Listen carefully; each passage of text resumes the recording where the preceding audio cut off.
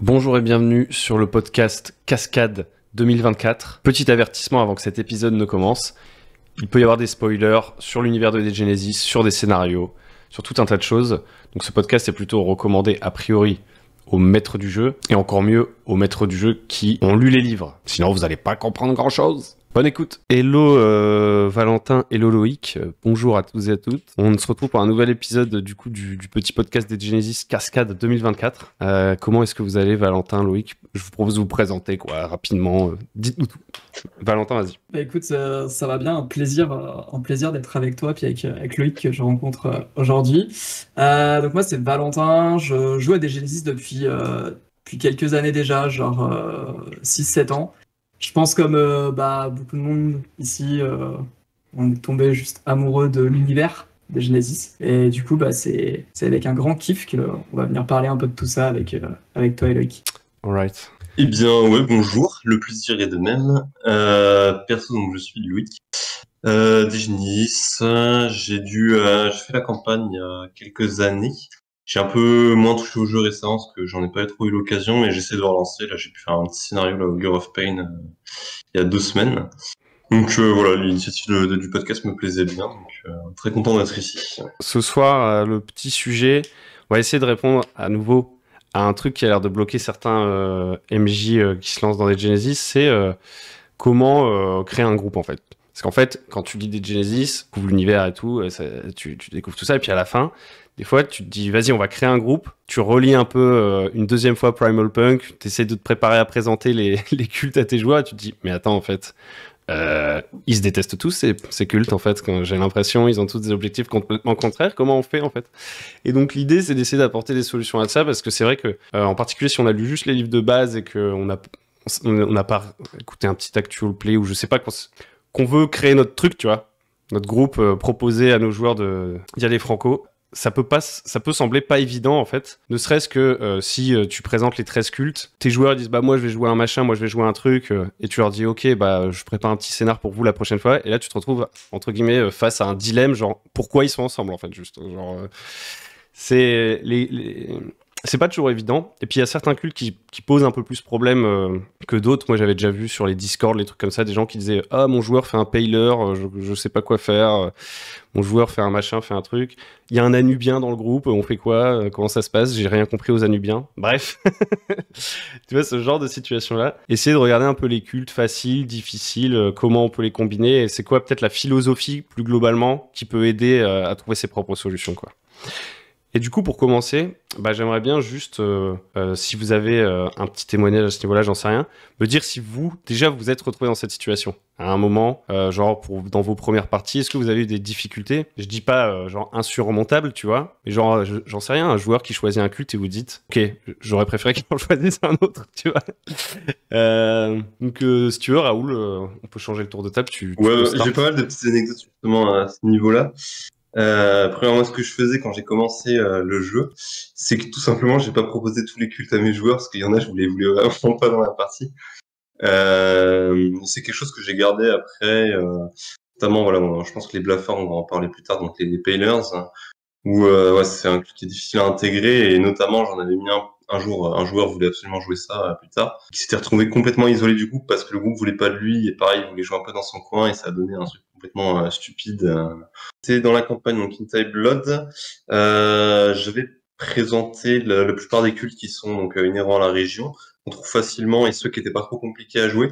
J'avais quand même eu donc un chroniqueur, un helvétique et un anubien. Donc l'anubien, bon, il manque à moins de raisons d'être là, mais c'était ce qui plaisait aux joueurs et dans l'idée, moi j'étais vraiment, voilà, je voulais pas le déranger. Et je me dis la campagne elle n'est pas vraiment touchée au secret des Anubiens, etc. Et que j'allais juste placer, on va dire, les parties les plus simples de ce background-là sans qu'on s'y attarde plus que ça, quoi. Et ça lui permettait de jouer son perso un petit peu badass. Il était parti sur le côté combattant des Anubiens et qui avait bien servi plus tard dans la campagne. Et on avait plus ou moins accepté l'idée que voilà, le but c'était de faire une campagne, donc il y avait une sorte de suspension d'incrédulité et on allait réussir à former un groupe et ça a plutôt bien fonctionné en fait. Et même ce qui a été intéressant, c'est que chacun, à mesure que la campagne avançait, va plus ou moins laisser de côté les intérêts de son culte pour vraiment former un groupe qui cherchait avant tout à remplir l'objectif un peu de la campagne, je fais des guillemets avec mes doigts, qui considérait que c'était plus important que les objectifs de leur culte, quoi, et que même travailler pour leur culte représenterait un risque pour le monde, en fait. Donc, ouais, il y a ce genre je pense, quand tu arrives dans un groupe, quand tu crées ton groupe, à mon avis, ça peut être bien juste de dire aux joueurs, ouais, oubliez pas que voilà, le but c'est qu'on fasse une partie de JDR et que on s'emmerde pas non plus à passer 3 ans à se disputer les uns les autres, parce que c'est peut-être plus intéressant de raconter une histoire, on va travailler tous en commun, quoi.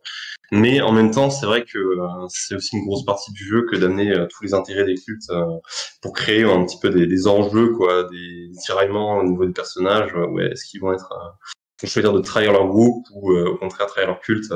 Voilà. Ouais, je vois bien l'approche. En gros, finalement, si vous êtes les PJ, c'est aussi peut-être parce que vous êtes l'exception dans votre culte, quoi. Peut-être, tu vois, c'est vraiment la solution, je dirais, classique, en fait, et des fois, tu vois, tu l'oublies sur le moment parce que t'as tellement lu, là, tu t'es plongé dans le truc, tu vois, et des fois, t'oublies un peu que derrière, ça va être une partie de jeu de rôle, alors qu'en vrai, au final, dans la plupart des jeux de rôle, il y a un peu ce côté... comme ça fait vraiment dégueulasse, le terme que je vais utiliser, mais ce côté un peu Avengers, tu vois, genre à un moment donné, ouais, bah, on n'est pas là pour jouer les gras de papier du culte non plus, tu vois. C'est toujours de jouer un peu le côté en mode héros, un peu choisi par la destinée, tu vois, je trouve ça cool, tu vois, de mettre en avant ouais, c'est des joueurs et c'est des personnages qui vont vraiment avoir une influence, un impact sur leur univers, et j'aime bien, voilà, jouer à fond sur ce point-là, les aider à survivre le plus longtemps possible pour créer vraiment des scènes qui sont épiques, qui sont mémorables plus tard dans la campagne, en fait. Et ouais, si ça demande, on va dire, de laisser un peu de côté certains aspects du lore ou de casser un petit peu le côté crédible du jeu, ben, je suis prêt à le faire. Ok. C'est vrai qu'au final, ce qui compte avant tout, c'est qu'on fasse une partie de jeu de rôle avec les gens qui kiffent, tu vois. At the end of the day. Et toi, je pense comme pas mal de gens, juste un dernier point.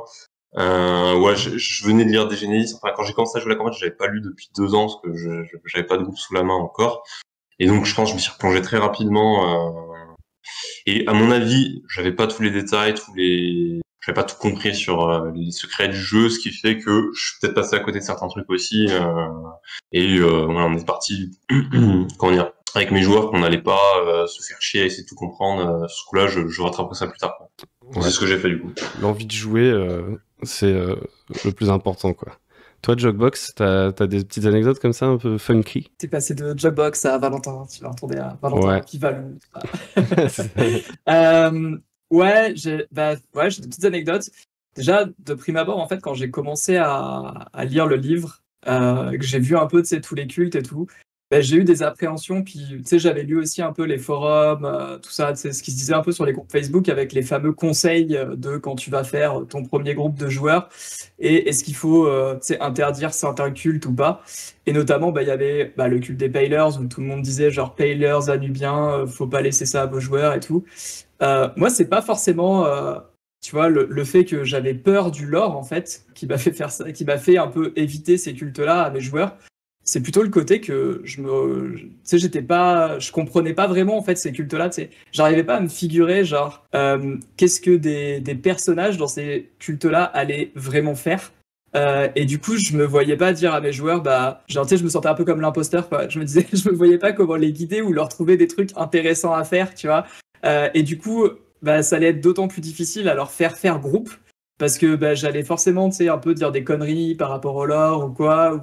Donc voilà, donc il y avait un peu ce syndrome de l'imposteur par rapport à certains cultes que je comprenais pas. Et après, sinon, pour revenir sur ta question, le culte peut-être qui m'a le plus posé problème, c'est un peu peut-être surprenant, c'est les apocalyptiques. Parce qu'en fait, les apocalyptiques, honnêtement, à chaque fois que j'ai eu un apocalyptique dans un groupe de campagne, tu vois, quand c'est pas un one-shot dédié ou un groupe monoclan ou quoi, je sais pas si ça vient du joueur, tu sais, des joueurs que j'ai eu. Tu sais, l'archétype du joueur qui joue voleur, tu vois, un peu PVP et tout ça, machin. Tu sais, qui va faire son truc dans son coin, tu vois, genre qui est un peu chaotique dans sa tête. Je sais pas si ça vient de ça ou vraiment du culte qui est un peu tourné comme ça et qui vend un peu ça, mais genre, c'était des personnages qui avaient tendance à se mettre un peu à côté du groupe, qui vraiment participaient pas forcément.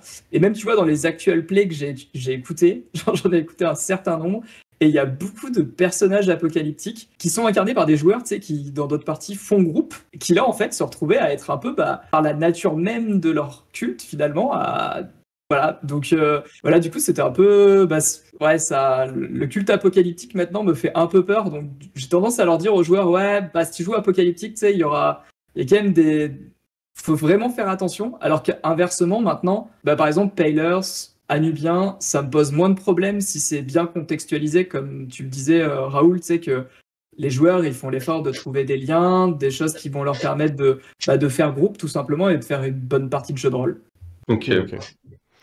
Très bien, très bien. C'est vrai que ça, c'est un truc intéressant. Quand le joueur choisit son personnage, il peut y avoir plein de raisons pour lesquelles il choisit son personnage. Je dirais qu'a priori, tu peux avoir l'approche D&D. C'est-à-dire, en gros... Putain, comment... J'ai encore essayé... J'essaie de pas tout le temps prendre cet exemple. T'as l'approche, je pense, à une classe, tu vois. Donc, en fait, tu vois les persos... Tu te dis, le classico, l'helvétique, c'est un gros bourrin, c'est un voleur, l'apocalyptique, machin truc, tu vois. Donc ça, c'est un peu, je choisis ce personnage parce que je me dis qu'il fait des trucs, il a des compétences qui m'intéressent d'avoir pendant le jeu, tu vois. Par exemple. Après, t'as des joueurs, des fois, ils choisissent plus le personnage en mode, c'est ce que j'ai envie d'incarner, tu vois. C'est genre, je me dis la vibe, les valeurs du culte, un peu les...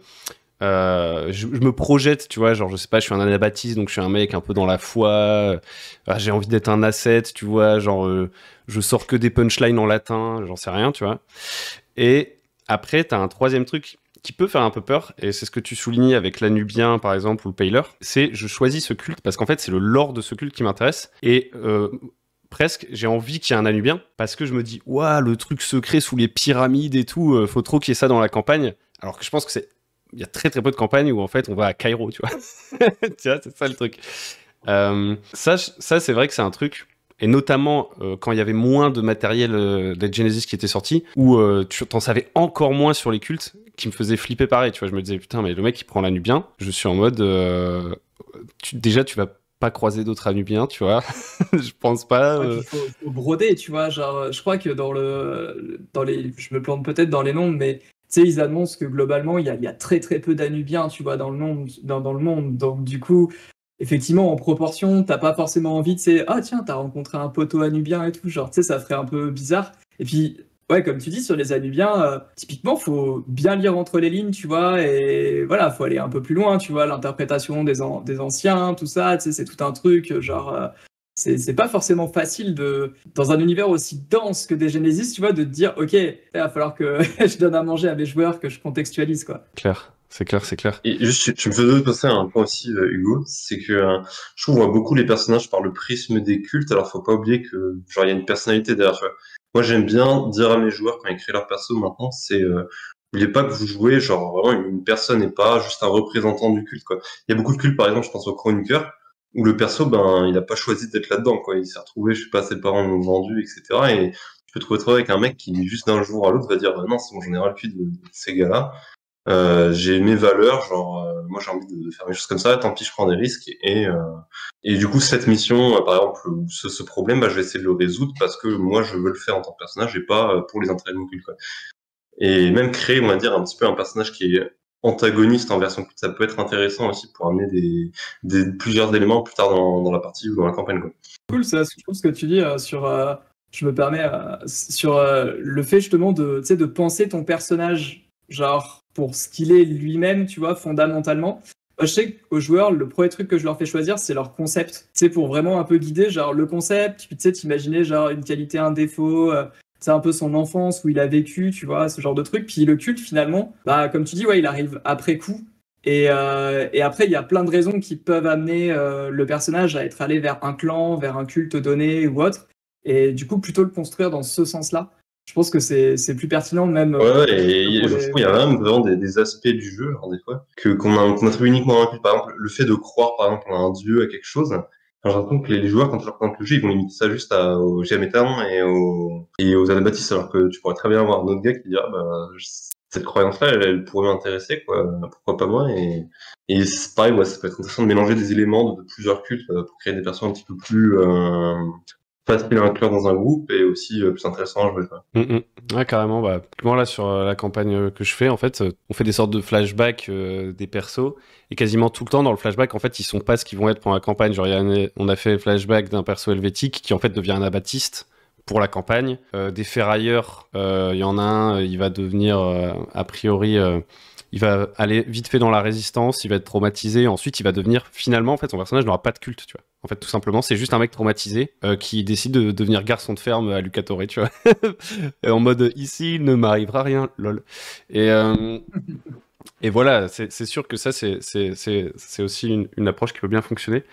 Tant qu'on a ouvert ce sujet-là, ce que je propose, c'est qu'on continue un petit peu et on reviendra peut-être sur des cultes plus difficiles, tu vois, ou des cultes plus faciles, potentiellement aussi, ne serait-ce qu'à proposer à jouer à quelqu'un, tu vois. Genre en mode c'est facile de l'appréhender, tout ça. On reviendra peut-être sur le côté plus culte après. Là, vous avez parlé du fait, par exemple, de commencer en primer un peu pour proposer la création de personnages, d'amener d'abord qu'est-ce que tu t'imagines comme genre de personnage, genre un criminel, un mec en cavale, ou plutôt un gars au contraire qui est un professionnel, je sais pas, tu vois, en fait tu peux partir de notre monde, tu vois, se projeter dans un archétype qu'on peut retrouver dans n'importe quel univers et ensuite guider le joueur vers un truc qui pourrait coller dans Dead Genesis et dans ce qu'on a préparé. Ça peut être une approche. Est-ce que déjà c'est celle que vous trouvez la plus efficace? Est-ce que vous en voyez d'autres? Est-ce que, par exemple, moi je me dis, c'est plus difficile dans le cadre de Dead Genesis de dire aux joueurs, bah choisissez un peu ce que vous voulez faire. Et ensuite, moi, je prends 1 mois et demi sabbatique pour essayer de relier vos trucs, tu vois. A priori, ça me semble plus difficile que, par exemple, proposer un contexte, tu vois, et ensuite les amener dedans. Enfin, par quel bout vous prendriez le problème, tu vois? Si vous aviez une nouvelle campagne à lancer, sans prendre nécessairement en compte que c'est une campagne officielle ou quoi que ce soit, comment vous verriez ça, vous? Je propose qu'on reprenne avec, vas-y Raoul, si t'es chaud. Ou si t'es pas chaud, ça peut être... Je trouve un peu, ouais, comme ça, mais en plus, moi, ça dépend pas mal du contexte, tu vois, genre, est-ce que les joueurs vont être motivés, par exemple, pour prendre du temps avant de lancer la campagne, pour créer leur perso de leur côté, en discuter, etc. Tu vas faire une session 0, il y a de ça aussi, donc... Ce que je te propose, c'est qu'on se dise, par exemple, tu vois, on pourrait essayer de se faire une sorte de mise en situation. Admettons, t'as une session 0 et éventuellement... 1 ou 2 semaines après pour échanger un peu avec les joueurs, tu vois, par exemple. Et au pire, c'est Valentin, ça? Ouais, ça, ouais. Ouais, peut-être si tu veux commencer, je sais pas si t'as une idée, moi Ouais, bah en fait, c'est typiquement... c'est le genre de truc... Ouais, mais en fait, c'est ce qui m'est arrivé, la dernière mini-campagne de Dead Genesis que j'ai fait, c'est ce qui s'est passé. J'étais sur un groupe où il y avait 2 joueurs qui ne connaissaient rien à l'univers et un joueur, Vertigo, que vous avez vu ici, qui lui connaissait très bien l'univers. L'idée, donc, c'était de faire découvrir l'univers de Dead Genesis. Le premier truc que j'ai fait, en fait, c'est on était sur Discord, donc tu sais, on a échangé un peu par message. Et j'ai fait un peu la technique de l'entonnoir, donc je leur ai dit, ouais, moi j'aimerais bien jouer en Franca. Il y a différentes régions possibles en Franca. Vous voulez aller où? Bon, il s'avère qu'il y avait une des joueuses qui aimait bien la Bretagne, donc boum, on s'est dit, allez hop, on va à Briton. Briton, je leur ai fait juste un petit pitch, tu vois, en 5 lignes sur Briton, des petits artworks, tout ça. Et puis, je leur ai dit, commencez à réfléchir à des trucs, à des thématiques qui vous feraient plaisir sur cette mini-campagne. Et pour le moment, ne me parlez pas de personnages. J'avais certains joueurs qui arrivaient déjà avec des idées de perso, tu vois, genre, ouais, moi, je veux faire un cracheur de feu, donc plutôt tel truc et tout, je veux faire un clan personnalisé. Je lui dis, non. Tu sais, on s'en fout de ça pour le moment, genre, vraiment, juste réfléchissez aux thématiques que vous voulez jouer. Donc, on a commencé à faire une petite session 0, tu vois, d'1 heure, où j'en ai certains qui m'ont dit, ouais, moi, j'ai envie d'avoir un peu du lore, tout ça, l'ambiance, du mystère, de l'exploration, un tout petit peu de combat, voilà. Et en fait, à partir de ça, j'aurais dit, ok, je peux vous balancer un peu des artworks décontextualisés, en fait, des cultes et des clans que vous allez trouver dans la région auquel on va jouer. Donc, on était autour de Karnak. Et du coup, je leur ai balancé ça. Et puis, ils m'ont dit, ah ouais, putain, les druides, ce serait super cool à jouer. Genre, j'adore le design des druides. Et il y en a un autre qui a dit, ah ouais, moi, j'aimerais bien faire un gars, tu sais, qui file des coups de main. Donc, peut-être un peu, de l'homme à tout faire, mais un peu ermite. Donc, du coup, peut-être un ferrailleur. Et en fait, ils ont vraiment designé un peu leur personnage sans être vraiment, tu vois, matrixé par un culte, un clan. Et puis, en fait, on est arrivé à jouer un truc avec 2 joueurs druides et 1 joueur ferrailleur qui partait en exploration, en fait, dans les marais, tu vois, genre, voilà. Et c'était super cool. Enfin, c'était, je trouve, une approche assez assez intéressantes pour eux, leur permettre de créer des personnages qui soient intéressants sans être forcément, tu vois, ultra enfermés dans un culte ou un clan donné, quoi. Ok. Toi, Raoul, t'as quelque chose à Ouais, rajouter j'aime là-dessus? bien l'approche en vrai, parce que je pensais, notamment, là, du coup, j'avais fait jouer de Girlfriend, et c'est un scénario où tu joues 4 Helvétiques, en fait, qui ont plus ou moins le même objectif. C'est vraiment quelque chose qui m'a plu, parce que j'ai trouvé que ça rendait, on va dire, tout le côté... Ouais, bah, en fait, t'as pas à t'emmerder avec la création de groupe, le fait de trouver un moyen d'accorder les objectifs des différents personnages, hein. Donc, ouais, peut-être à la limite, essayer de voir sur quoi ton scénario va se dérouler pour ensuite trouver quelque chose qui va lier l'ensemble des personnages et qui va les motiver, on va dire, à travailler ensemble à la résolution, on va dire, des problèmes du scénario, quoi. Mais c'est vrai que c'est pas une question facile parce que j'ai eu tellement de façons de faire, quoi, un petit peu des années de rôliste. Et même là encore, aujourd'hui, je teste de nouveaux trucs, quoi. J'aime bien, par exemple, un truc que je voulais vraiment essayer, notamment, t'as vu les jeux force de drama, tu vois, où ça, je me dis, pour la création de groupe, c'est vraiment, c'est assez marrant, quoi, où chacun répond à des questions, ça crée des liens entre les différents personnages. Et je me dis, ouais, ça pourrait être drôle de tester ça sur des Genesis, par exemple. Ouais, c'est Ouais, sûr. peut-être j'aurais du coup, ouais, moins une approche par le culte et plus par, on va dire, peut-être une approche un peu régionale, quoi. Pourquoi les personnages se sont trouvés dans la région d'abord et ensuite, ouais, peut-être ensuite à quel culte ils appartiennent, mais j'avoue que c'est pas une question simple sur le coup comme ça. Mais j'aime Mais beaucoup l'approche quoi, de Valentin. j'aime bien ce que tu dis, parce qu'en fait, au final, que c'est comme tous les jeux de rôle en réalité, hein. C'est juste que là, il y a la complexité du fait que ce sera la partie sur laquelle on va revenir. Il y a certains cultes où on dit, oh là, c'est galère, tu vois. Mais en vrai, c'est ça. Je pense qu'il faut arriver avec une sorte de centre de gravité. En fait, le truc où tu risques de te planter, j'ai l'impression, c'est genre, t'arrives et tu dis. Ce qui se fait plus facilement, je dirais, sur des jeux où on va dire, en fait, globalement, dès que tu joues un jeu où il n'y a pas d'univers, en fait. Et en fait, tu crées l'univers pour la campagne. Tu vois, quand tu crées un peu l'univers pour la campagne, tu peux juste arriver avec un peu une sorte d'esthétique, genre en mode, je sais pas, vas-y, on joue un truc space opéra, nanana. Vous imaginez quoi comme perso? Tes joueurs, ils te donnent leurs idées de perso. Puis ensuite, toi, tu prends ton petit congé sabbatique où tu te dis, je crée l'univers autour des personnages. Tu vois, là, cette approche-là, elle fonctionne. Mais dans un truc comme Dead Genesis, je pense qu'il faut vraiment arriver avec au moins 2-3 idées, tu vois, qui tiennent à toi, tu vois, en tant que MJ, histoire de pas jouer une campagne que t'as pas envie de jouer du tout. Et puis comme ça, au moins, tu as quelques centres de gravité, et que ce soit en ayant, par exemple, tes questions préparées, comme tu disais, Raoul, tu vois, une sorte de... un peu de... à la manière des life pass que tu as dans certains jeux de rôle, tu vois, où tu poses une question genre, c'est quoi ton lien avec telle ville? Parce que tu sais que cette ville, elle sera là. Est-ce que tu es originaire de la région ou pas originaire de la région? Et comme ça, en fait, t'as, comment dire, une sorte de trame ou au moins un point de chute, un truc. Et tu te dis, si mes joueurs, ils ont au moins 2-3 liens avec mes idées de base, ça va le faire, quoi. Ça va le faire. Et si on a le temps, encore mieux qu'ils aient des liens entre leurs personnages. Mais en gros, peu importe que ce soit un lieu, une mission, quelque chose comme ça, pas arriver les mains vides, en mode full sandbox. Les gars, j'ai juste envie de jouer à Dead Genesis parce que c'est là que tu risques de te retrouver à pas pouvoir assumer en fait ce qui s'est passé pendant la session 0, je pense. En mode, ils m'ont donné des trucs. Quand j'essaie de recoller ça à l'univers, j'y arrive pas en fait. Il y a une dissonance cognitive qui s'opère là. Ça marche pas. Ah, mais il y a une inspiration aussi là-dessus, moi. C'est le jeu des 20 questions, c'est de L5R. Où, Ouais, bah je fais ça à fond aussi maintenant. Je trouve ça génial. Moi, alors, je vais réduire à 10 questions, je crois, un truc comme ça. Notamment, tu sais, pour les grosses campagnes ou les mini-campagnes. Mais des questions un peu bateau qui s'appliquent vraiment à n'importe quoi et qui permettent, encore une fois, tu sais, d'aller guider, on va dire, le joueur vers une recherche d'un personnage en sortant un peu, du coup, des archétypes présentés dans les livres. Pour vraiment qu'il s'interroge tu vois, quand après, il aura choisi, mettons, un culte, un clan, tu sais, qui se disent, bah, comment j'en suis arrivé là, en fait? Enfin, et quel est mon rapport à mon culte ou à mon clan? Est-ce que je suis un full fanatique, tu vois, de la vieille école hospitalier, tu vois, ou est-ce que je suis au contraire, j'ai des doutes, tu vois, sur mon culte. Et ça permet vraiment... des fois, tu sais, je prends des éléments comme ça après, des fiches, puis je les échange en fait entre les joueurs et je leur dis, ah tiens, tu sais, ça peut être cool, ou ah, si t'as ajusté ça, peut-être que, tu sais, il pourrait y avoir un autre lien avec le joueur. Et au final, ça me permet d'avoir aussi beaucoup de matière que je vais intégrer ou pas dans la mini-campagne ou dans la campagne. Et ça me fait du boulot en moins. Donc, vu que je suis un maître du jeu un peu flemmard, tu vois, ça me fait des trucs en moins à réfléchir. J'ai l'impression, je sais pas ce que vous en pensez, peut-être que vous en verrez plus que moi, mais qu'il y a des sortes, tu vois, potentiellement de setup presque comme au théâtre, tu vois. Au théâtre, tu vois, on va dire, il y a des combos de personnages.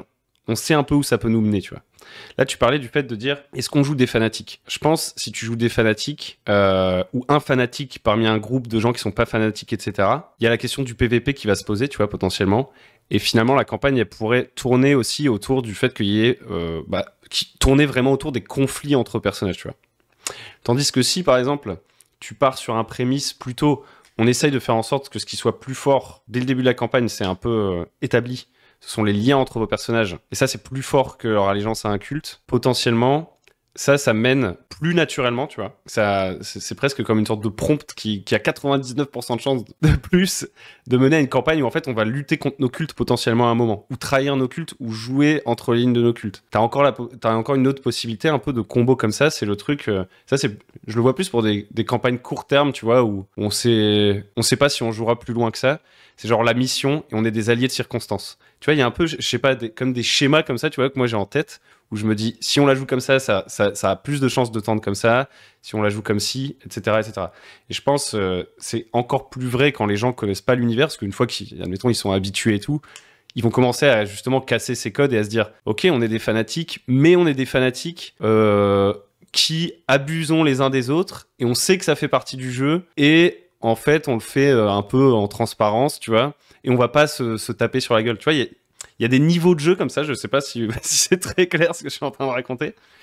Comment est-ce que vous essayez de setup vos joueurs à ce niveau-là? Est-ce que dès le début, vous arrivez en mode, notre objectif à la fin de cette session 0, c'est d'avoir des personnages qui ne se trahiront pas? Genre, vous essayez de faire les meilleurs amis du monde? Ou est-ce que, au contraire, vous laissez ça plus au jeu, vous essayez pas de déterminer ça à l'avance, tu vois, pas vous mettre de ceinture de sécurité? Est-ce que vous avez des trucs par rapport à ça? Moi, quand je l'ai fait, c'était assez chaotique, hein. C'était vraiment, allez, on va jouer dans cette région-là. Ces cultes-là, j'en ai pas envie, donc je les présentais pas à mes joueurs. Et ensuite, j'étais en mode, bah, prenez ce qui vous fait plaisir, quoi, et on se débrouillera comme il faut. Et je vais jamais mettre de côté l'aspect PVP, parce que moi, je trouve ça un truc intéressant dans le jeu de rôle, genre, avoir une confrontation d'un coup entre deux membres du groupe, à un moment vraiment important, ça peut créer une scène assez mémorable. Donc, je sais pas, aujourd'hui, peut-être je reconsidérerais la chose, on va dire, pour essayer de créer quelque chose de plus cohérent. Mais après, je veux pas me mettre des barrières sur potentiellement des combinaisons, tu vois, comme tu dis, et potentiellement tester des choses qui sont assez inattendues, quoi, et qui vont proposer quelque chose de nouveau, de plus frais, on va dire, dans le jeu, quoi. En vrai, c'est trop bien comme approche. Je suis assez d'accord. Parce que là, tu vois, moi, l'épisode, je le fais pour les gens qui se prennent trop la tête. Alors qu'en vrai, honnêtement, je vais être honnête, moi je pense que c'est la meilleure réponse. Parce qu'en fait, tu vois, des fois on oublie qu'entre chaque session, on a encore une semaine pour résoudre des problèmes s'il y en a qui adviennent pendant la campagne, tu vois. C'est un peu sous-estimé des fois. Tu peux pas tout pré-shot, quoi. Ouais, et moi c'était vraiment, bon bah, ils avaient pris 3 personnages de cultes complètement différents. La partie commençait avec qu'ils se retrouvaient ensemble à devoir faire un bout de route, et ils arrivaient dans le village, on les foutait au même endroit, etc. Et au final, le lien se créait un petit peu tout seul, quoi. Et comme leurs personnages partageaient plus ou moins des valeurs, une certaine morale, bah, ils ont décidé tous les trois de résoudre le problème ensemble, quoi. Et ensuite, ouais, lorsque les enjeux plus importants sont venus après dans la campagne, bah là, ils ont commencé peut-être à voilà discuter, même peut-être à discuter sur la façon de le résoudre, et notamment faire appel ou pas à leur culte ou non, quoi. Donc pour moi, c'est pas un problème avec lequel je me ferais trop chier au début, et je laisserai, voilà, je pense que je prendrai le temps d'y réfléchir plus tard, en fait, en se disant, voilà, je vais jouer tranquillement au début, et si ensuite ça arrive, bah là, peut-être j'en discuterai même avec les joueurs pour pouvoir faire ça correctement. Ok. Moi, de mon côté, je vais ressortir de ça un peu la réponse bateau. C'est que je dirais, je pense que le plus gros risque, c'est quand tu as des concepts qui sont opposés, tu sais, et qui vont vraiment pas du tout ensemble. Des concepts de personnages qui vont pas du tout ensemble.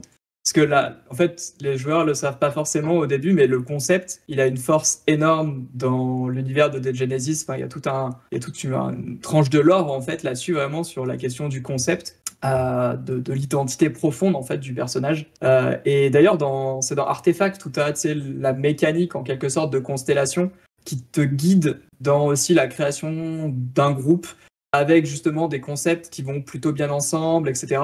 Donc je dirais que le premier truc peut-être auquel je fais peut-être le plus attention, c'est vraiment plus le fait que les concepts ils matchent plutôt bien ensemble, et ça revient à dire que le groupe il a un peu les mêmes valeurs finalement, et il a un peu ces mêmes choses. Ça c'est le premier point.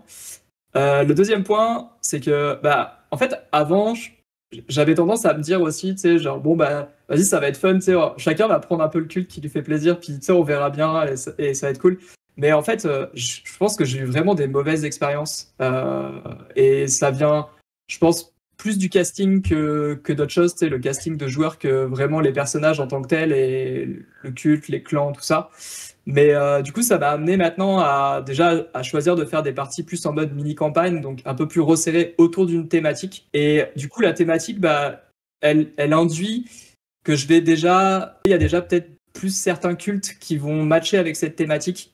Genre typiquement, si on est sur, je sais pas, la recherche, enfin, aller combattre, mettons, dans les marais, tu vois, aller combattre les ferromanciens, bah, il y a des cultes, en fait, ils en ont juste rien à foutre. Ils vont avoir zéro intérêt à aller là-bas, à aller risquer leur peau, tu vois. Et c'est pas le fait de dire, ah bah en fait, je suis pote avec lui, que, tu sais, ça va vraiment, genre, intéresser le personnage et le capter. Donc du coup, il y a quand même certains cultes des fois où voilà où c'est vrai que ça marche mieux ensemble. Puis après, il y a un autre truc que j'aime bien faire aussi. C'était venu d'une partie où j'avais été joueur, où en fait on avait joué monoclan apocalyptique et on s'était vraiment régalé. On était 4 joueurs apocalyptiques, on s'était vraiment régalé. Et du coup maintenant c'est vrai que des fois j'aime bien proposer, tu sais, des petits setups où je dis ah tiens on va jouer genre full Africa. Donc ça va être que des cultes africains. Ou genre ça va être je sais pas, tu sais, une petite escouade de bah, Augure of Pain typiquement, tu vois, que des Helvétiques ou ce genre de trucs. Genre j'aime bien ce délire-là, tu vois, genre juste tu rencontres un épisode, un morceau d'histoire en fait de personnages au sein de leur culte ou qui ont une mission spécifique. Et je trouve ça bien et voilà, c'est plus mes goûts en fait du moment, on va dire.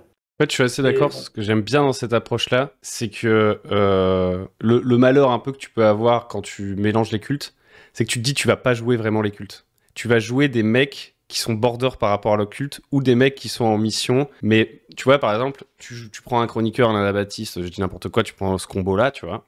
Ben, il y a peu de chances que on joue à un moment donné dans le cœur du serveur, tu vois. Genre, je ne sais pas comment dire. En fait, tu te dis, c'est plus un background maintenant, mon culte. Et maintenant, ce qui compte, c'est d'être avec ces gens-là. Donc, ça peut être très, très cool, tu vois. Mais des fois, ça efface le côté, j'ai envie de jouer vraiment les scènes, j'ai envie de dire les scènes archétypales de mon culte, presque celles que j'ai lues dans Primal Punk, tu vois, de les mettre en scène avec un twist, bien sûr, tu vois. Genre de me dire, c'est quoi jouer, je sais pas, vraiment le quotidien d'hospitalier à un endroit. Parce que à partir du moment où t'es hospitalier, mais qui est avec un bidule, et en fait il a un pote apocalyptique, tu t'éloignes du trope, de la routine, et peut-être de cette sorte d'immersion, tu vois, dans ce que tu t'imaginais être le culte, tu vois, genre... et je suis carrément... Tu tombes dans l'exceptionnel, je trouve. Tu sais, tu tombes dans C'est ça. l'exception, dans l'exceptionnel, et je trouve que, tu sais, presque tu glisses un peu vers. Ça peut être aussi une facilité que moi j'ai eue, c'est, tu sais, tu glisses un peu vers de l'héroïsme en fait, et je trouve que l'héroïque, tu vois, genre, l'héroïque, c'est pas, à mon sens, c'est pas mon Genesis, tu vois. Genre, je joue pas à Genesis pour faire jouer de l'héroïque à tout prix. Il peut y en avoir des scènes, tu vois, où les joueurs, ils font ça. Bon, souvent, ils le payent cher, mais c'est aussi ça qui est intéressant. Mais j'aime bien jouer aussi à un Genesis où, tu sais, des fois, il y a des phases de quotidien, tu sais, il y a des phases de routine et tu fais vivre, tu sais, t'as l'odeur de caca, tu vois, genre de certains cultes et tout, genre voilà, genre, t'as ça et puis après, il va leur arriver quand même quelque chose qui va malgré tout un peu bouleverser leur vie, mais ça a pas besoin d'être, tu sais, une grosse dinguerie, tu vois. Genre, Ouais, je vois ce que tu veux dire. Genre, on joue les famulanciers qui nettoient les chiottes du hospital, tu vois. la base, à qui récurera le mieux, tu vois. Genre, fais-moi un test d'athlétisme pour. T'as un hygiéniste qui arrive et fait, c'est quoi cette merde? Ok. Et là, t'as un joueur qui répond, qui dit non, j'ai rien fait, c'est pas moi.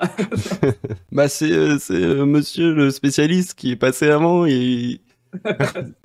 Qu'est-ce que vous racontez? Ok.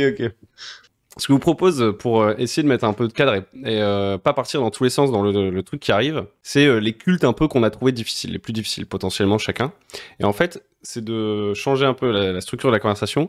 Il y en a un de nous, il dit, voilà, moi ce culte-là, je le trouve plus galère. Et les autres, et on essaye de voir, de brainstormer, tu vois, 10 minutes, tu vois, sur le culte en se disant, en essayant de peindre plusieurs possibilités, tu vois. En fait, imaginer plusieurs archétypes, tropes différents de ce culte pour diversifier, tu vois, l'image du culte qu'on a en tête et se dire ah ouais en fait c'est peut-être plus facile à partir du moment où je me dis mais oui pourquoi pas un Anubien qui travaille à l'hôpital tu vois. D'ailleurs c'est pas le truc le plus improbable. Pourquoi pas en mais vrai, pourquoi pas. mais voilà tu vois genre se dire je prends un culte que je trouve un peu galère et essayer de trouver plein d'accroches pour le rendre moins galère. Je sais pas si c'est clair pour vous. Ok. Idéalement on sait pas là je jette un dé, on n'aura pas le même culte chacun. Je Mais- pense pas, ouais. Bah vas-y Raoul, toi c'est quoi? En fait, ouais, ça dépend pas mal de la région, mais j'ai toujours joué en Europe, hein. Et genre, les néo-libyens, il y a aucun de mes joueurs qui a demandé à les jouer. Mais c'est un truc que je trouve difficile à inclure dans une partie parce que je les imagine un peu comme les fils à papa, quoi, les bureaucrates. Il y en a certains qui ont le côté un peu explorateur, et je les vois toujours accompagnés de leurs soldats dans des autobastions et ce qui fait que pour certains scénars, je me dis mais genre ils auraient aucun intérêt à faire ça en fait. C'est vraiment ce serait contre nature, contre-productif et genre je vois pas par exemple pourquoi ils iraient je sais pas dans les marécages aller tabasser du drone ou du furomancien, tu vois, ou pourquoi est-ce qu'ils essaieraient de résoudre une enquête par-ci par-là, tu vois, qui concernerait un sujet qui serait pas en rapport avec leur culte en fait. Et après, j'ai jamais eu aucun joueur qui a voulu jouer de néolibien, genre c'est vraiment, ils étaient pas spécialement intéressés. Et peut-être j'inclurais les fléaux aussi dans le tas. Donc je sais pas en pratique ce que ça donnerait, mais c'est vrai que je me suis toujours dit, si un joueur me demandait dans mes trains, je sais pas si j'arriverais à l'intégrer facilement, quoi. Ok. Tu veux commencer Zogbox ou Valentin? Et juste aussi, Ok, c'est bon, attends, non, je c'est sais, bon. en termes de ressenti, je sais pas si vous avez ça, mais je trouve genre il y a vraiment un côté racisme ultra, enfin ambiant et c'est un thème qui est assez important dans Genesis, notamment au niveau avec les chroniqueurs qui répandent leur propagande de merde partout en Europe, la guerre en Ibris-Hispanie entre l'Afrique et typiquement les Espagnols l'esclavage un petit peu qui est reparti du côté néolibien où littéralement ils vont choper des esclaves en Europe quoi, et les ramener dans leur culture. Ce qui fait que ouais, des fois tu dis dans un bled paumé où à partir du moment où les chroniqueurs sont venus mettre leur sale nez dedans, bah, comment est-ce que tu fais pour qu'il n'y ait pas une sorte de racisme ambiant, tu vois, comment est-ce que tu fais pour ignorer ça et est-ce que même ça va pas poser des problèmes ou est-ce que juste tu l'ignores Bah, écoute, moi par rapport à ce culte néolibien, j'ai pas eu de joueur avec et qui a tu sais, eu envie d'incarner ça, mais je l'ai un peu regretté. Parce que tu vois, tu prenais l'exemple de genre le néolibien, tu sais, qui va aller dans les marais en Franca, mettons. Et moi, j'ai toujours rêvé, tu sais, d'avoir justement un joueur néolibien qui, tu sais, qui voulait jouer le chasseur, tu sais, le chasseur dont Ouais. l'objectif c'est vraiment, tu sais, d'aller tuer le mutant et le ramener, tu vois, en mode genre il est en mode tout content, tu vois, genre tu sais, j'ai fait mon safari quoi. Le chasseur Et ricain. ouais, c'est ça. Et du coup, il y avait ça, tu vois. Après, moi, les néolibiens aussi, je les vois quand même comme tu sais, un peu des explorateurs, tu sais, des gens un peu qui veulent conquérir. Donc, c'est des gens que je trouve qui voyagent bien. Tu sais, dans un contexte de campagne, si on reprend, mettons, la trilogie de Tiamat ou quoi. Bon, peut-être que sur ITB, c'est peut-être un peu compliqué, tu vois, de le mettre Ouais, bah, moi, c'est vrai que c'est que j'ai d'abord, tout mais commencé par là, en fait. Genre, j'ai quasiment fait que la ouais. campagne, plusieurs fois.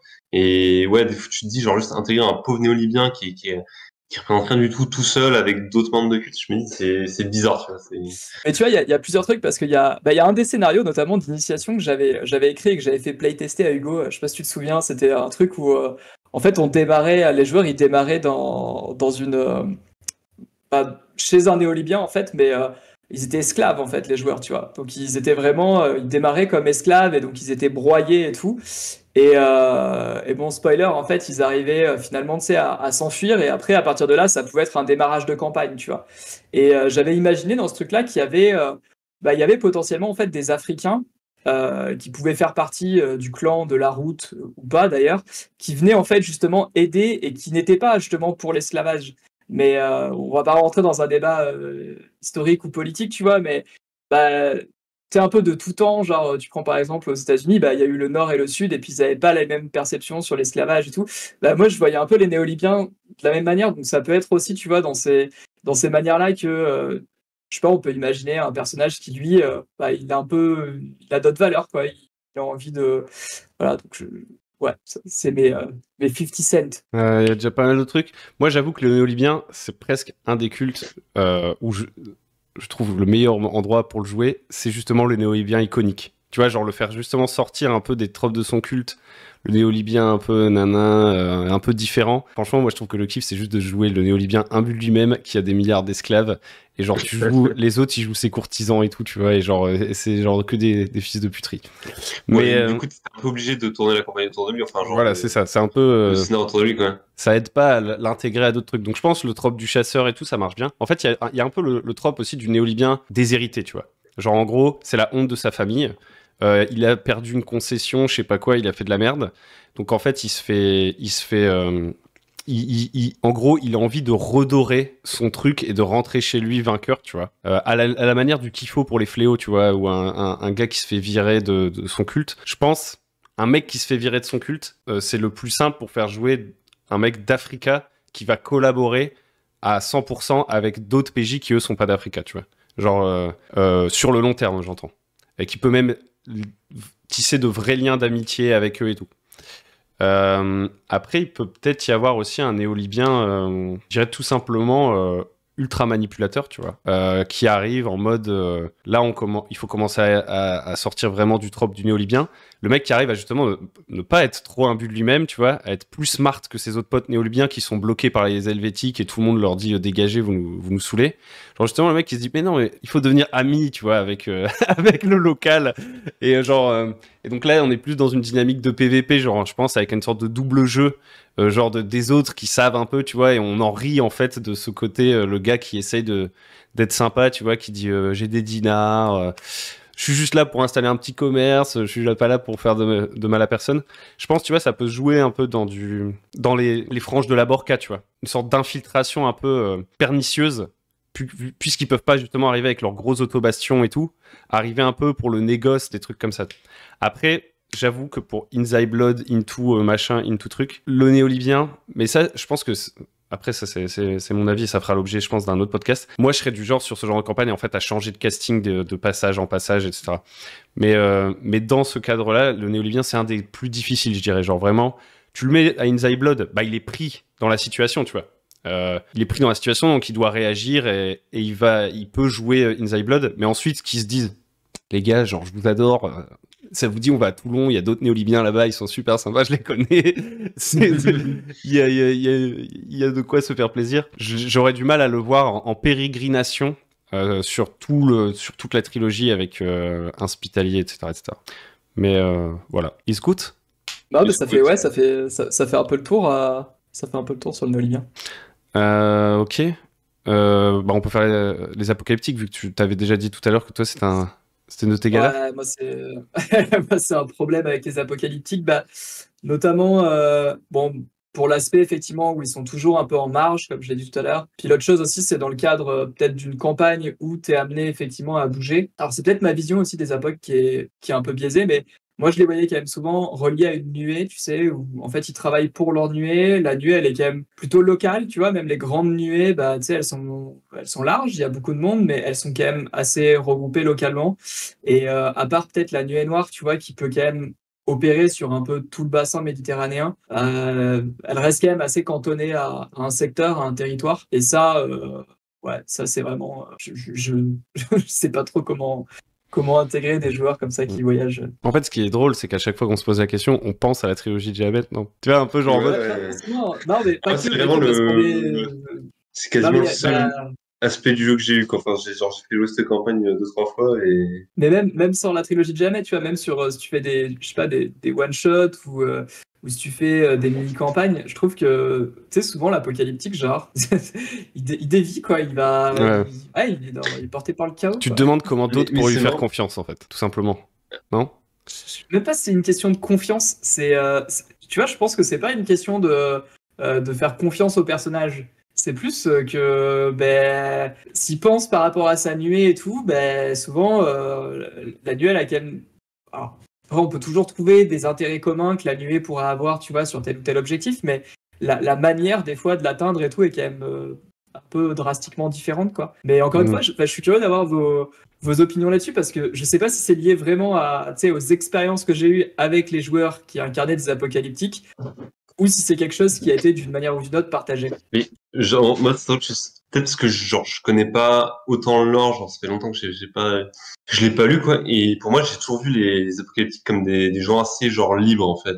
Ouais, il y a une nuée, mais potentiellement, on va les envoyer par-ci, par-là, ils vont faire leur commerce dans leur coin, ou ils vont voyager pour potentiellement trouver de nouvelles opportunités, en fait. Et ce qui fait que, genre, c'est le genre de personne que j'aurais pas spécialement de difficulté à intégrer dans un groupe, dans le sens où ça me dérangerait pas de voir un apocalyptique qui voyage tout seul pour X raisons, quoi. Même potentiellement, comment ils s'appellent, genre les apocalyptiques qui sont envoyés pour essayer de trouver de nouveaux nids, tu vois, Le pic vert, nouveaux non? endroits où s'installer, etc. Ou c'est le coucou? Le coucou, c'est le mec qui Ouais, je crois que c'est s'infiltre les chez les coucous, autres. c'est ça, ouais. Ouais, genre, t'as ce genre de pistes-là qui peuvent être employées. Moi, j'en avais eu un dans une de mes campagnes où il jouait un faux Anabatis, par exemple. Où, il s'était tatoué des 3 points sur le front, quoi. Et juste, il se baladait un petit peu pour enquêter, espionner les autres, et rapporter tout ça à ton culte, ensuite, une fois la mission terminée. Donc, non, je sais pas. C'est vrai que le coucou, c'était aussi celui que je me disais, c'est le plus évident. Genre infiltré dans le truc. Typiquement dans In Thy Blood, c'est obvious que ça peut être trop intéressant. Tu peux très bien imaginer tu sais, t'as la nuée, je sais plus, c'est la nuée des faucons de la rouille, non? Ouais, c'est les Rust Falcon, ouais. Qui Ouais. deal avec, le cloître. Abacus, ouais. Moi, je pense. Ils fournissent Abacus en fait en brûlure. Ouais. Et du coup, je pense que t'as deux possibilités. Là, je parle juste d'In Thy Blood, mais après, j'essaierai d'élargir. Genre, t'as la possibilité, le joueur apocalyptique, il connaît tout dès le début de la campagne. Et tu le fais, mais j'en ai déjà parlé dans une vidéo, tuer Altaïr à la place de Papa Chico. Tu vois, par exemple. Oh putain, en vrai, l'idée Mais après, est sympa, quoi.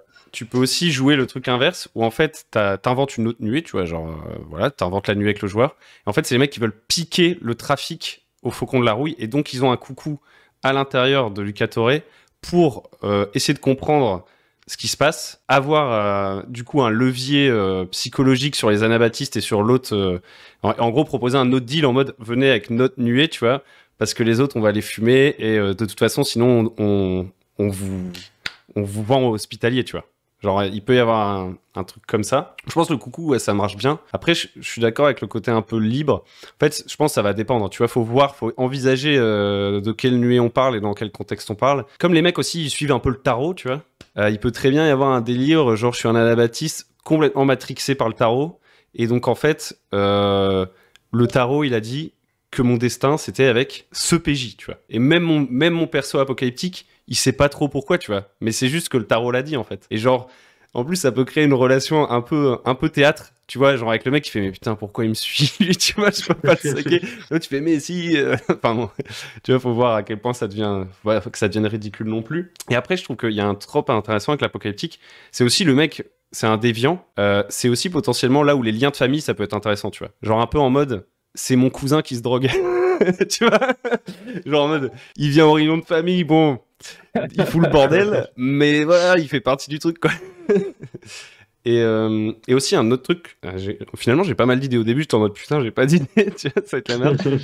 L'apocalyptique, c'est le mec qui peut faire les trucs que les autres ne pourraient pas faire sans se mettre à dos leur culte. Tu vois, genre admettons, t'as l'hospitalier, il veut, ou je vais prendre un autre exemple que l'hospitalier, mais genre, je sais pas moi, un culte qui peut pas saquer la brûlure. Bah si, l'hospitalier en fait, tu vois. Ouais. En gros, tu veux de la contrebande, tu veux faire des trucs illégaux, ton contact apocalyptique, tu vois, il peut se salir les mains à ta place, tu vois, et un peu vice-versa. Et toi, tu dois lui laisser passer sa brûlure, tu vois.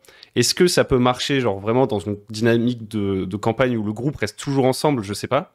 Mais si tu joues plus potentiellement des scènes séparées dans une région de temps en temps et ensuite on fait une ellipse et hop, ils se retrouvent ensemble et on se resépare et on joue plus les dynamiques de faction, tu vois. Il y a peut-être un truc à jouer, je pense. En mode, les PJ en fait sont les interfaces de leur culte qui doivent gérer les relations officieuses des cultes, tu vois. Tu vois, pour réagir à ce que tu dis, moi, je trouve ça intéressant, notamment, tu vois, l'exemple que tu donnais avec, c'est incarner un Rust Falcon ou quoi, tu sais, puis infiltrer en gros à la Splinter Cell, quoi. Genre, je me dis, ouais, pourquoi pas, mais je verrais plus ça, tu vois, dans un truc, un MJ, un PJ, parce que sinon, en fait, j'ai l'impression que t'es un peu forcé de split, parce que c'est vraiment des approches très différentes, et du coup, j'ai du mal, enfin, moi, c'est plus dans ma manière de jouer, tu vois, j'ai du mal à me dire comment je vais arriver à faire groupe et tu sais à quel moment en fait ça va clasher aussi parce que ça peut être intéressant que ça clash mais à un moment donné, il faut que ça aboutisse quand même à quelque chose, sinon on fait du surplace pendant 3 sessions où ils font que se clasher et puis bon bah on va nulle part quoi. Et du coup, c'est plus là-dessus où j'ai beaucoup de mal parce que souvent, bah, la situation que tu décris où, tu sais, l'apocalyptique, il va faire son truc dans son coin, et puis bah, du coup, bah, tu te retrouves à faire bah, 2 parties de jeu de rôle finalement. Donc, est-ce que finalement, il aurait pas mieux valu que je fasse bah, une partie qui traite de ça, et puis une autre partie qui traite de ça? Puis bah, c'est pas grave, c'est juste 2 thématiques différentes, quoi. Ouais, là on est dans une autre dimension. Déjà, je pense que c'est des trucs à faire en petits groupes. Parce qu'en gros, les parties genre où chacun peut avoir ses scénettes à côté, c'est un truc à gérer, tu vois. Genre, tu peux subir des parties comme ça. Moi-même, j'ai fait subir des parties comme ça et j'en ai subi. Des parties où on se dit, ouais, ça va être malin de jouer un peu nos trucs séparés. Où en fait, le rythme, c'est du 20-25 minutes, MJ un joueur, et après on repasse 20-25 minutes avec un autre. À partir du moment où t'es 2, tu vois, bah, t'attends 20-25 minutes. À partir du moment où t'es 3, t'attends 40-50 minutes, tu vois, donc c'est à chier. Et donc en fait, il y a vraiment une gestion du rythme et pas avoir trop de joueurs, je pense, pour faire un truc comme ça, effectivement, ça c'est quasiment sûr. Et je pense faut aussi bien setup le truc qu'on joue en... Moi, j'aurais l'approche transparente où en fait on voit les scènes des autres parce que sinon en fait c'est juste on est exclu et on a que la moitié de la big picture, tu vois. Donc faut jouer en bonne intelligence et tout, je pense. C'est un peu, ça peut être un peu expérimental, tu vois, si tu l'as pas fait, et genre potentiellement nécessiter des conversations et avoir quelques échecs au début, tu vois. Mais je pense que ouais, je trouve que il y a pas mal de contextes de Genesis où tu gagnes un peu à faire ça. D'ailleurs, quand je parlais même du fait que des fois, le fait qu'on se sente forcé de tout le temps, nos personnages ils sont ensemble, le fait de se dire, on peut aussi jouer des scénettes un peu plus spécifiques, ça peut permettre justement de réintroduire ce côté. Des fois, je joue aussi mon culte, tu vois. Et ensuite, je retourne avec le groupe. Et mon culte, c'est pas juste le background. Genre, mais ouais, des fois, il y a des échecs, des fois, il y a des réussites. C'est pas très original, finalement, ce que je dis, mais... Non, non, évidemment, évidemment. Non, mais après, tu vois, à tenter, hein. Écoute, vas-y, prochaine fois, je tenterai peut-être ce genre de choses, mais à Après, voir. C'est vrai que mais ça reste une grosse appréhension.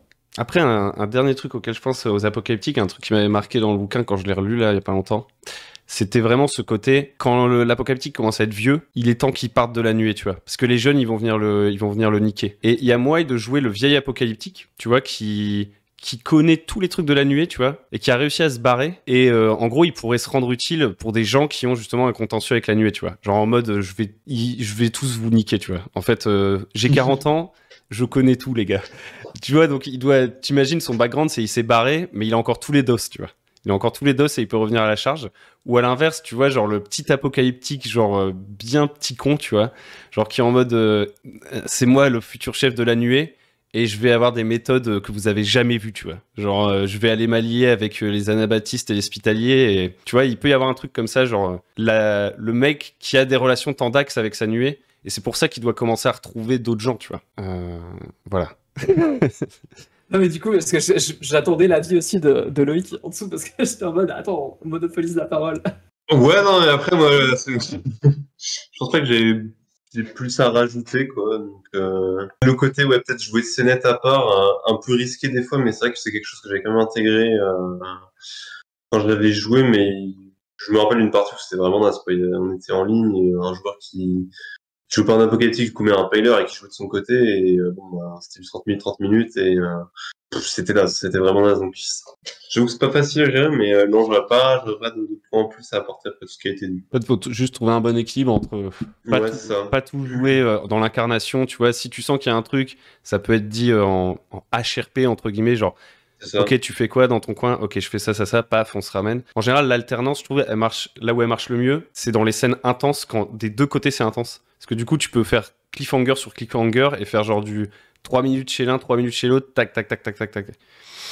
Moi, Ouais, bah ça, notamment dans The Killing Game, moi j'ai beaucoup fait jouer ça. Tu sais, j'avais 2 groupes en fait, et ça marchait super bien, tu vois, les 2 approches et tout. Enfin, c'était vraiment très très intense. Mais l'idée en tout cas tu sais, du vieil apocalyptique là, je trouve ça vraiment cool. Ça, j'avoue, Tu ça vois, donne envie, en vrai. comme approche, c'est genre autant le petit con, on a compris que t'aimais bien les petits cons, Hugo. Mais les petits cons ambitieux, tu vois. Non, mais ça, tu vois, genre, je trouve ça bon, un peu, c'est le propre des apocalyptiques. Mais autant l'ancien, tu sais, qui a roulé sa bosse et tout, et qui doit un peu finalement se trouver un autre moyen de survivre maintenant, quoi. Peut-être sans renier finalement l'essence de son culte, mais juste en fait, il fait plus partie de Nuée, donc qu'est-ce qu'il fait quoi? Et ouais. Il peut aussi avoir la love interest, tu vois. La love interest, mais bref. Moi, mon culte galère, et c'était pas ça au début, mais maintenant ça l'est, c'est les chroniqueurs. En gros, je trouve que les chroniqueurs, déjà, souvent les gens ils jouent des occulteurs en se disant ok, comme ça je peux voyager avec mon groupe, genre me faire réattribuer, genre larguer en mode OPEX à différents endroits et tout. En gros, le chroniqueur, moi je le vois vraiment, après avoir lu Justician et tout, bien souvent comme un mec qui fait de la paperasse, tu vois. Genre, en gros, un gars qui est dans sa petite alcôve, genre tranquillou bilou, et s'il se barre de son alcôve, dans la plupart des rangs, en fait, il est assez attaché à un endroit. Tu l'imagines qu'il doit faire des rapports réguliers, et que si son absence, s'il fait pas sa mission, ça peut vite se remarquer. Genre, il est sous surveillance un peu. Et du coup, ultimement, je le vois soit comme le traître dans le groupe ou le traître à son culte. En fait, je vois pas. J'ai du mal à voir un chroniqueur qui trouve un espace dans sa vie. T'as l'impression, tu sais, il est en prison, il est tout le temps surveillé, tu sais, les prisons rondes, là, tu vois, où tout le monde se surveille. Ouais. T'as un peu ce truc-là, genre en mode, s'il fait un truc qui sort des clous, il va vite se faire rattraper et exploser. Donc, il y a ça. Après, il y a aussi ce côté, à moins que tu sois à un rang élevé ou alors dans la branche occulteur, très sédentaire, quoi. Qu'est-ce que vous en pensez? Je suis à peu près d'accord avec toi, parce que moi, typiquement, le chroniqueur du groupe était un occulteur qui a fini par trahir le culte et est devenu un zéro. Et plus tard, il y a un autre joueur qui a rejoint le groupe en tant que chroniqueur qui devait être là un petit peu pour venir comprendre ce qui s'était passé, quoi. Donc, et régler le problème. Et qui était genre vachement plus puissant. Il avait vraiment tout l'équipement, ça s'appelle les armes ultrasons, enfin même pas ultrasons, mais qui affichent des dégâts en trauma, grande qui sont diffuseur, surpuissantes. machin et compagnie. Ouais, c'est un truc de fou. Donc ouais, non, je vois très bien ce que tu veux dire. Après, je pense que ça peut être intéressant, genre de rajouter des éléments au scénario dont le joueur est pas conscient, typiquement un peu comme tu vois le personnage de Decoy 5 dans Interload, où le gars est là, le joueur le sait pas, et tu te retrouves d'un coup en fait à ton qu'il y a un autre chroniqueur dans le village qui est complètement masqué, et peut-être une idée potentiellement, genre le chroniqueur sera envoyé à un endroit pour résoudre une mission. Et en fait, il servirait juste là de diversion pour autre chose en fait. Et les chroniqueurs derrière travailleraient en fond pour. Je vois ce que tu veux dire. Un peu en mode, laisser le chroniqueur jouer comme il veut, et toi, inventer des raisons pour lesquelles on l'aurait laissé faire ça, et au moment opportun dire, en fait, depuis le début, tu faisais ce qu'on avait prévu, petit. Ouais, c'est ça. Après, du coup, ça demanderait un petit peu de travail en amont du côté du MJ, tu vois. Mais oui, ça pourrait être une idée intéressante.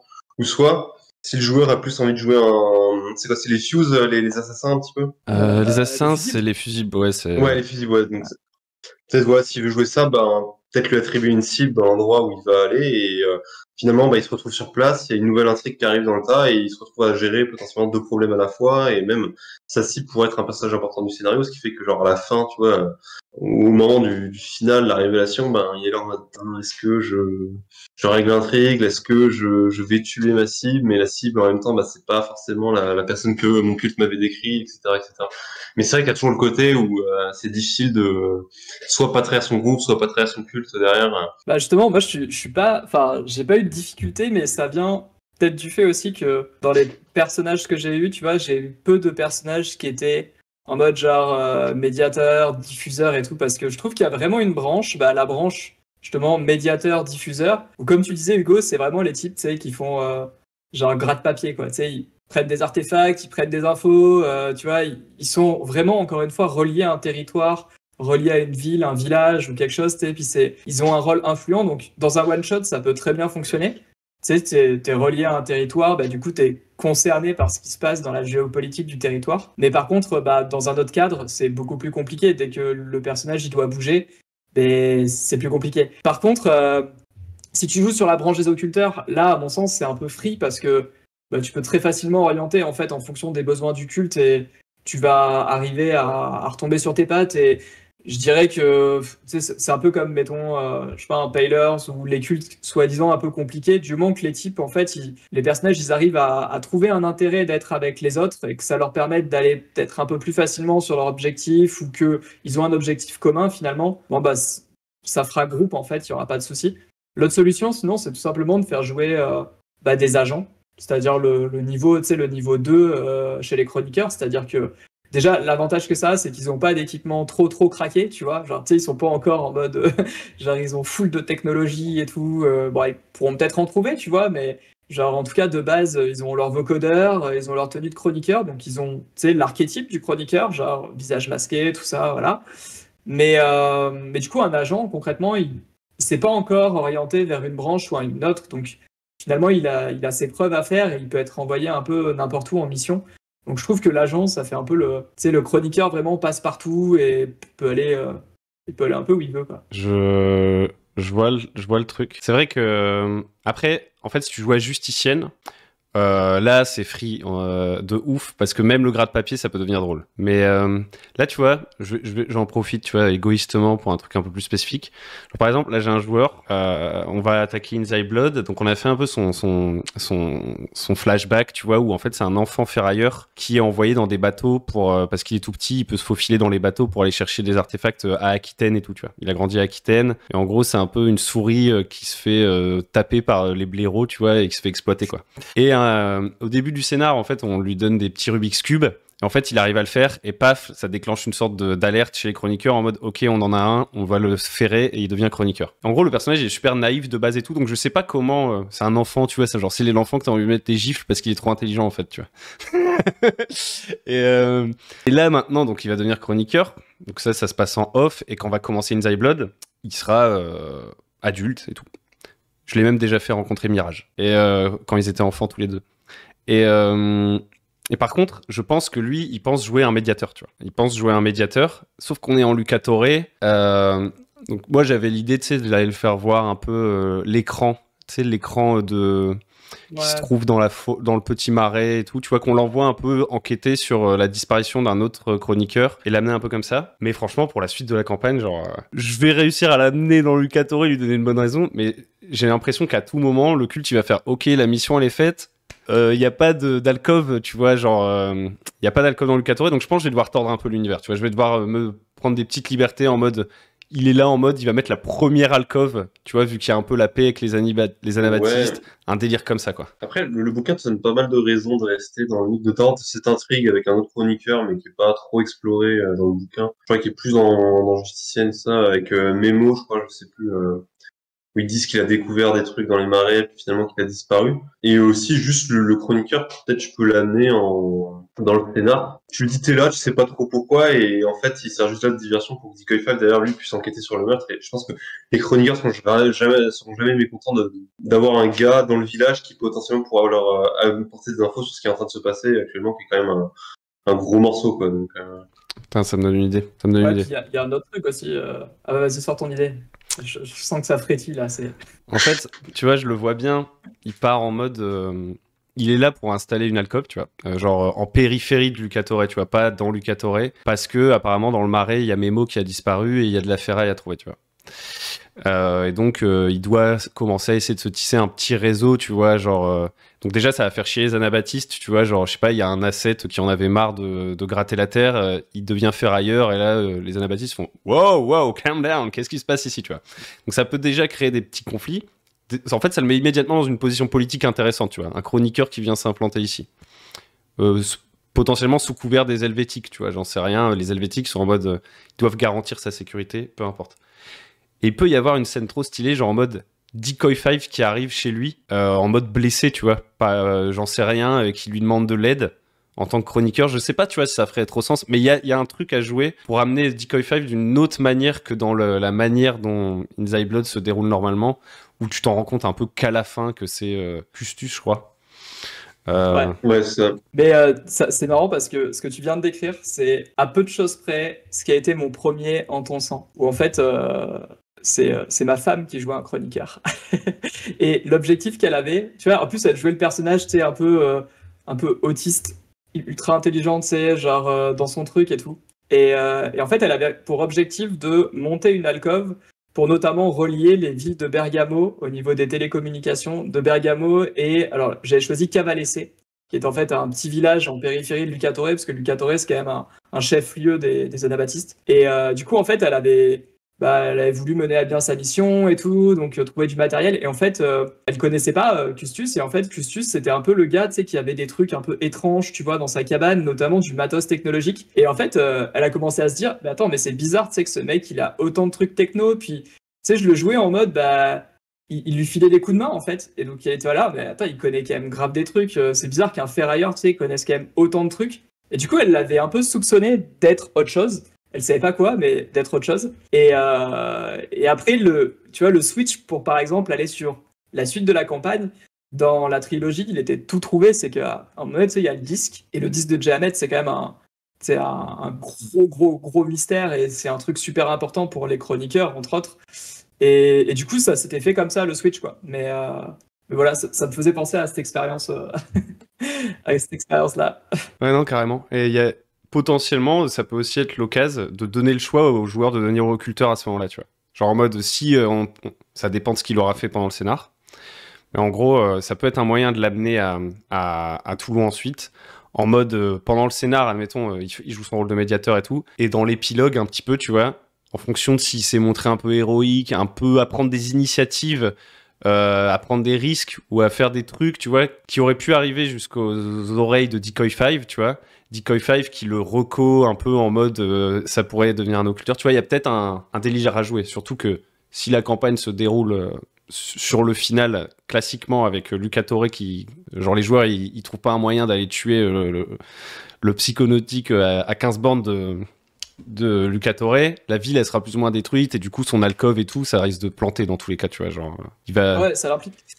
Puis t'as aussi des super, t'as des scénarios de fans, bon, notamment un scénario qui s'appelle Opération Firewall qui se trouve à Toulon, qui est un scénario de fans qui est très bien écrit.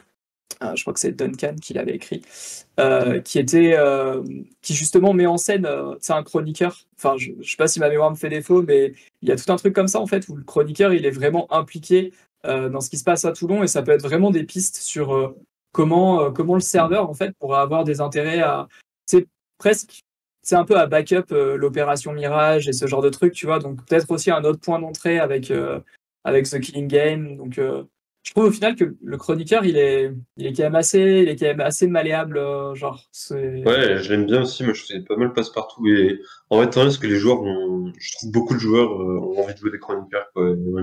C'est temps, ils sont trop compréhensible. stylés. vu que- Ils sont stylés les Ils artworks. sont très stylés, ouais, franchement.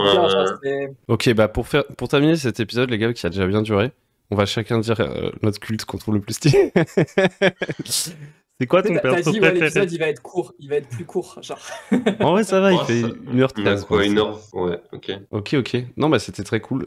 On n'a pas fait les paylors du coup, mais en vrai les paylors c'est facile. Voilà, c'est tout ce qu'il faut savoir. Je suis plus du tout à jour sur les payeurs, vraiment leur histoire de disques solaires, de bunkers, etc. Je sais plus du tout quand ça marche, donc... Nous on en sort là d'une mini-campagne où il y avait justement des tailors qui étaient piégés dans leur bunker et tout. Donc vraiment que je me replonge sur eux parce que je sais plus comment fonctionne. Ce sera peut-être l'objet d'un futur épisode, les disques solaires. L'épisode 1871, c'était genre sur les sujets de niche quand t'as commencé à tout faire. Alors, le mollusque. Je disais nos cultes, c'était Ouais. les cultes qu'on trouve les plus stylés ou les cultes qu'on trouve les plus faciles à s'approprier. Ouais, c'est peut-être plus utile, le plus facile à s'approprier. Mais genre vraiment Ça peut être les deux, en genre, rapide, tu vois, les pour plus faciles conclure. ouais, en rapide, le plus facile et le plus stylé. Et bah, vas-y, c'est toi. Quoi, 1, 2, Ok, 3. moi je dirais les trois plus faciles, c'est, de mon point de vue, c'est Anabaptiste, Spitalier, Helvétique. Genre, je trouve que c'est un peu les passe-partout. Globalement, ils sont tellement bien implantés. L'Anabaptiste est peut-être le plus intéressant, je trouve, dans le sens où il y a toute une évolution qu'il est possible d'avoir, en fait, notamment au travers de la trilogie de Jamet. Je trouve que incarner un Anabaptiste dans la trilogie de Jamet, c'est genre vraiment super. C'est la voie royale, quoi. Spitalier aussi, un peu pareil. Et le culte que je trouve le plus stylé, je dirais que c'est les Anubiens. J'ai toujours eu genre une grosse fascination pour le culte anubien, ce rapport entre le côté genre énorme technologie, puis tout l'enfumage en fait des traditions qui te mettent autour et tout, genre qui est dans... Finalement, ça ressemble un peu aussi aux chroniqueurs, mais genre ouais, il y a tout un truc un peu genre que j'aime bien, quoi, d'esprit, tout ça. Ok. Moi, pour les trois plus simples, plus ou moins pareil, ouais, Anabaptiste hospitalier J'irais peut-être chroniqueur à la place d'helvétique. Parce que je me dis, les helvétiques, dans certaines régions, je les verrais moins, genre, tu vois, en Ibris-Pani ou des trucs comme ça. Mais après, ouais, le culte que je trouve le plus stylé, moi, j'ai toujours été un fan d'Hospitalier, genre, même si c'est un peu des fachos, etc. Mais Écranzer, il m'a convaincu, la vidéo You sur YouTube, si vous l'avez pas vu, genre, faut foncer, hein. Franchement, en termes de facile, en fait, comme j'envisage vraiment très difficilement le fait de garder les mêmes persos à tous les épisodes de la trilogie, en fait, moi, je vais plutôt partir du facile, pas pour la trilogie de Jamet ou à garder sur un long truc, mais plutôt facile, genre en mode se mettre dans les pompes, tu vois. Genre pour un joueur, tout de suite comprendre le trope, quoi. Et du coup, je dirais Ferrier. Genre vraiment, ça c'est simplissime. Enfin, genre t'es un auto-entrepreneur de l'apocalypse. On est là, quoi. Et potentiellement, tu peux te syndiquer si tu vas à certains endroits. Après, je dirais le juge. Je trouve ça peut être dinguerie. Genre, enfin, c'est simple à comprendre. Tu vois, tu te dis, t'as un mec qui doit appliquer la loi. Ça peut être un peu difficile, tu vois, parce que tu sais pas les lois, tu vois. Mais en vrai, c'est pas simple de les imaginer dans le contexte, je trouve. Tu vois, tu lui donnes quelques petites pistes du jeu. Par contre, pour la campagne de la trilogie, c'est galère, je pense. Et après, ouais, pareil, Spitalier, je trouve que c'est pas trop compliqué de se mettre dans la peau d'un Spitalier. Ensuite, au fil de la campagne, ça peut se complexifier quand tu bouges, quand on te met dans d'autres missions et tout. Mais de base, tu vois, genre se dire, je suis une sorte de mec, il est là. En fait, ce que je trouve intéressant avec l'Hospitalier, c'est que ça te met tout de suite dans une position parfaite pour, entre guillemets, comprendre l'univers. C'est un personnage qui va chercher à comprendre ce qui se passe, tu vois. Donc en fait, en tant que joueur, t'as un peu envie d'avoir la même position que ce Hospitalier, tu vois. T'as envie de sauver l'humanité, quoi. Genre, c'est assez facile de se dire, après, les moyens vont peut-être vous surprendre. Mais voilà, quoi. Et après, je pense le plus stylé, étonnamment, là, je suis peut-être biaisé, mais là, c'est les géamétans parce que je sais que je vais jouer 2-3 sessions géamétans. Et en fait, juste jouer des mecs qui en ont rien à foutre de tout le délire de Dead Genesis et qui sont convaincus qu'ils ont raison dans leur petit truc. Et je trouve que il y a une sorte de folklore, tu vois, où tu te dis il y a beaucoup de variétés à jouer dans des géamétans. Tu peux imaginer un peu je sais pas comment dire, l'arborescence des rangs est super complexe. En fait, les histoires sont déjà écrites chez les géamétans, genre avec les trucs fratricides et vas-y que en fait ma sœur c'est ma mère. C'est ça, j'adore. Les feux de l'amour, c'est les géamétans, genre. Ouais, c'est ça. Juste, j'y pense, mais en vrai, je pense qu'on ne considère pas aussi suffisamment les clanistes, alors qu'en vrai, dans certaines régions, ils sont presque plus puissants que les cultes, hein, et pour être, à mon avis, pas mal intéressant à intégrer. Je pense que ça peut être bien de les présenter aussi aux joueurs, genre dans une région, il y a tel type de clan. Ouais, c'est un truc que je fais souvent, moi, justement, avec les artworks, parce que tu sais, il y a souvent dans les artworks, en fait, t'as souvent les clanistes qui sont représentés, majoritaires en tout cas. Et tu vois, c'est ce qui s'est passé avec les druides la dernière fois. Et je trouve que c'est assez cool parce que ouais, mais les clanistes, ça se prête vraiment plus à des mini-campagnes très territoriales et tout, parce que les faire bouger, Ouais, c'est un peu compliqué, mais ça peut arriver. Ça peut arriver. Ouais, je suis carrément. Je pense les clanistes, c'est trop bien pour justement jouer In Thy Blood. En fait, tu te dis. Est-ce qu'il y a quelqu'un qui veut vraiment garder son personnage, tu vois? Genre, ok, lui, c'est l'encre qu'on garde pour l'épisode d'après, et potentiellement, ellipse, mini-session 0, et il se refait des liens avec les clanistes locaux. Pour ceux qui aiment bien jouer différents personnages, c'est trop bien, tu vois, de te dire, je vais jouer un Touloni, tu vois, je vais voir ce que ça fait, je vais jouer un... Ouais, non, de fou. Et genre, les pneumanciens, moi, je suis vraiment en mode, tu joues Snowpiercer à Nulpelia, genre, vraiment, c'est dinguerie. Mais bon, ouais. Mais même, tu sais, t'as les clans de Franca, là, genre, t'as des trucs vraiment cool et tout qui ont été développés. Il y a même il y a beaucoup de trucs de fans, finalement, aussi sur les clans. Et il y avait notamment tous les clans liés à des anciennes, tu sais, maisons viticoles et tout. Genre, il y a des trucs vraiment cool là-dessus à jouer. L'idée, je pense, de jouer un personnage où t'es là, t'es installé, d'un coup t'as des cultes qui arrivent de nulle part, qui ont leurs idéaux, toute leur politique, etc. Je pense que ça peut être pas mal à jouer aussi, quoi. De fou. Mais je vous propose qu'on s'arrête là, les gars. Parce que les clans, ça, okay. on va, si on fait le tour on va ouvrir sur les clans, après on va parler des sangliers et tout, genre ça va être une dinguerie, quoi. Ouais, on va faire tout le catalogue des clans, genre, celui-là il est bien quand même. J'ai joué un Gendo. Putain, mais ça c'est vraiment quand t'as épuisé tous les ressorts du truc. Tu fais, ok, on va jouer des Gendo, ce sera la dernière, les gars. Bon, en tout cas, merci Valentin et Loïc. C'était bien cool. J'espère que. Merci à toi. Ouais, c'était vraiment cool. Et puis, si vous nous avez écouté, que ça vous a plu, et ben c'est très bien. Mission accomplie. N'hésitez pas à nous dire s'il y a des sujets et tout pour des épisodes futurs. Pour l'instant, j'essaye un peu de regarder en fait toutes les raisons que les gens ils se disent c'est trop bien, mais je peux pas y jouer parce que. Mais voilà, là on a quand même déjà bien déblayé le terrain. Donc si vous avez des questions et tout, n'hésitez pas dans les commentaires. Valentin, Loïc, à une prochaine peut-être. Et puis ciao ciao. Bye Allez, bye à plus, bye bye. salut.